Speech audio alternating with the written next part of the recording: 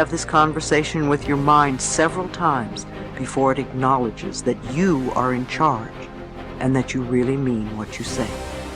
Imagine that your thoughts are like drops of water. One thought or one drop of water does not mean very much. As you continue to repeat the same thoughts over and over, you first notice a stain on the carpet, then there's a little puddle, then a pond, and as these thoughts continue, they can become a lake and finally an ocean. What kind of ocean are you creating? One that is polluted and toxic and unfit to swim in? Or one that is crystal clear and blue and invites you to enjoy its refreshing waters? All of us have these bags of manure that we carry around with us, called our past, and the people who have done things to us, and the events and the circumstances, all of this stuff that we use and we bond to. And we bond ourselves to these wounds of our past, and we identify ourselves on the basis of these wounds. And every once in a while we set it down and we reach in there and we smear it all over ourselves. And then we wonder, why does my life smell so bad? I don't understand this. Whatever you pay attention to will naturally grow, at least for you. Every human being that you meet, there's a good side to them, there is a nasty side to them. If you pay attention to the nasty side, your mind will be preoccupied with the nastiness. Somebody else's nastiness will become yours. And because of that, you will receive more and more of that from all around. If you pay attention to the best, even though in some people it may be a minuscule, if you pay attention to the best, it will grow, at least in your mind. In your experience, it will grow. There is a good chance it will grow in them also. You're never going to get enough. You already are everything. You're everything that you need. Think of it for just a moment. Everything that you need to have total bliss, perfection of your life, you already are. You already have it. You came into this world with nothing. That's how you're going out. And the time that you have here, what you have is your uniqueness, your specialness, and you don't need anything else. Now think on this. If you don't know how to appreciate what you have and where you are in your life, you don't need anything else.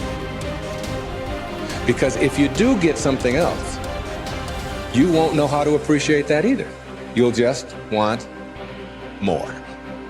Or you'll want it to be different. Or you'll want it to be the way it used to be. Or you'll want someone else to be the way you think they should be. If we are willing to turn our lives over to this greater power within us, the power that loves and sustains us, we can create more loving and prosperous lives. I believe that our minds are always connected to the one infinite mind, and therefore all knowledge and wisdom is available to us at any time.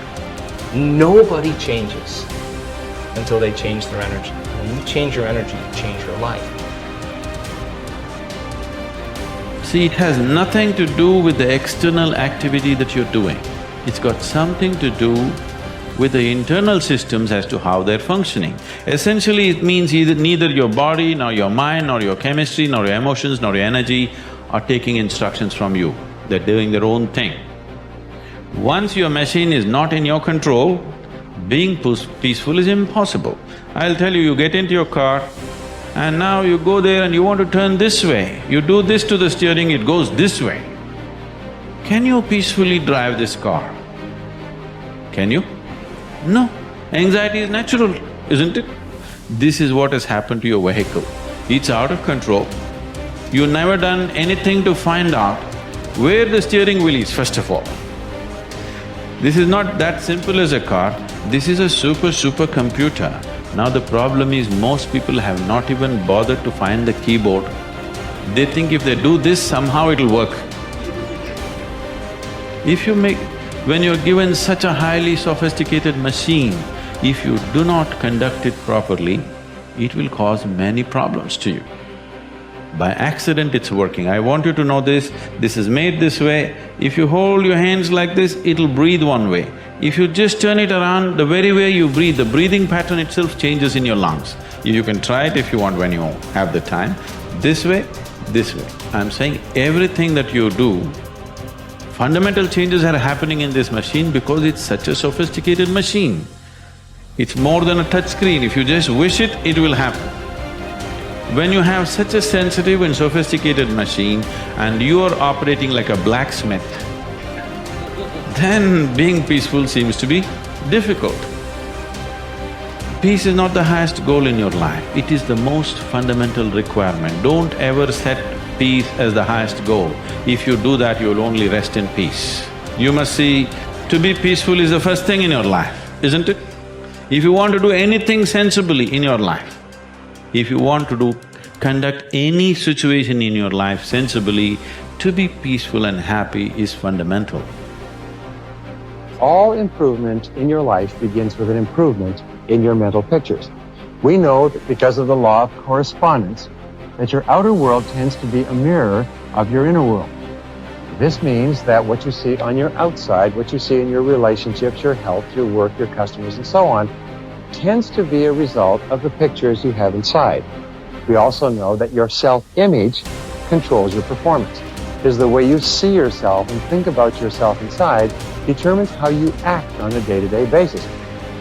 If you see yourself and think about yourself as an extraordinary person, if you see yourself as a success, if you see yourself as happy, positive, confident, in control, if you see yourself as a loving parent or spouse, you will act that way toward others.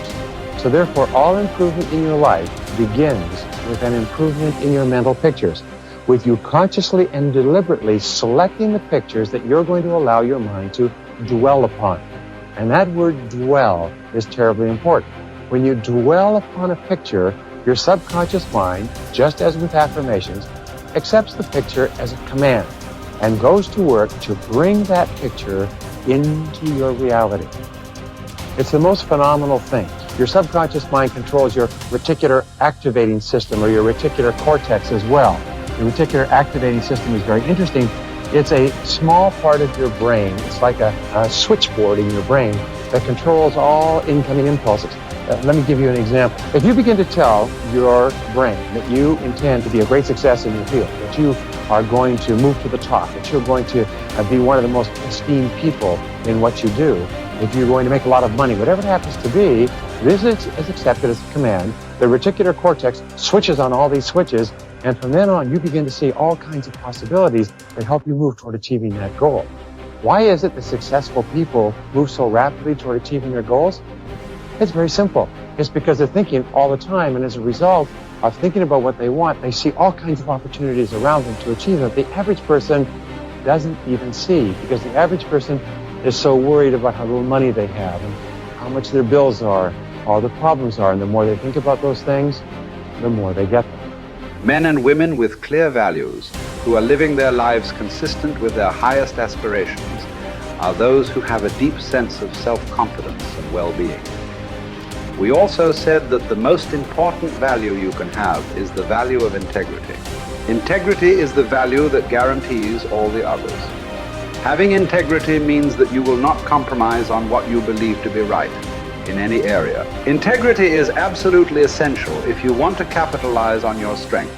It means more than anything looking at yourself honestly and making your decisions based on the fact that you are an extraordinary human being. Your feelings are very valuable clues to your choices and behavior. Your peace of mind and personal satisfaction is perhaps the most accurate guide you will ever have to doing what is right for you.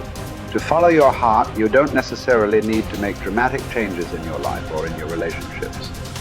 What you do need to do is to see yourself honestly as you really are, and have the courage to channel your energies and focus your strengths into your areas of greatest potential. When you do this, you will soon realize that you have made one of the best decisions of your life. Each person has great strength and potentialities, and each person is put on this earth to harness those strengths and apply them to benefiting themselves and mankind. The life stories of the great men and women of history are usually stories of people who discovered their strengths and utilized them to the fullest degree. Churchill was a great statesman and orator. Florence Nightingale was a tremendous organizer. Florence Chadwick was an incredibly strong swimmer. Abraham Lincoln was a far-sighted and compassionate politician and president. Mother Teresa was a truly loving human being with an infinite capacity to care for and support the sick and dying people of Calcutta. Joe Montana was a quarterback with an incredible throwing arm with the Washington Redskins. All around you, you see men and women who have grabbed their major talents. You can do the same if you have the courage to follow your heart.